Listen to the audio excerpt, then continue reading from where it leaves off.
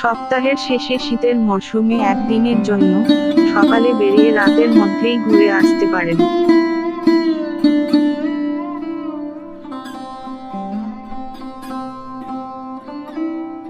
আমার শহর চন্দননগর থেকে মাত্র 140 কিলোমিটার দূরে অবস্থিত, 2 ঘন্টার মধ্যেই পৌঁছে যাওয়া যায়।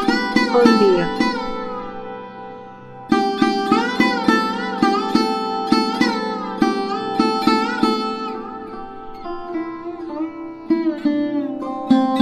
হলদিয়া হল পূর্ব ভারতের পশ্চিমবঙ্গ অঙ্গরাজ্যের পূর্ব মেদিনীপুর জেলার একটি মহকুমা শহর এবং ভারতের একটি সমুদ্র বন্দর।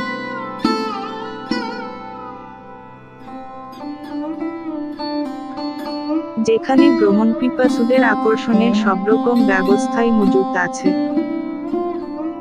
হলদিয়া নামের সঙ্গে যুক্ত আছে হলদি নদী। এই নদী হলদিয়াতেই বঙ্গোপসাগরে এসে মিশেছে। হলদি নদীর মোহনা নিঃসন্দেহে বেড়াবার আদর্শ জায়গা।